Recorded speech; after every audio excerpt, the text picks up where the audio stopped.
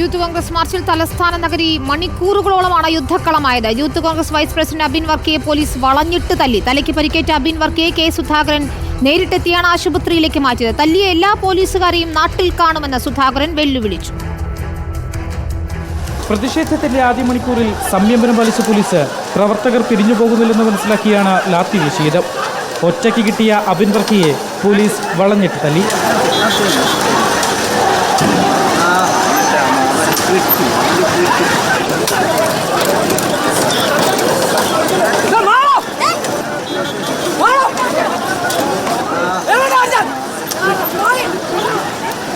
തലയ്ക്ക് പരിക്കേറ്റ അബിൻ വർക്കിക്കൊപ്പം പ്രവർത്തകർ MG റോഡ് ഉപരോധിച്ചു.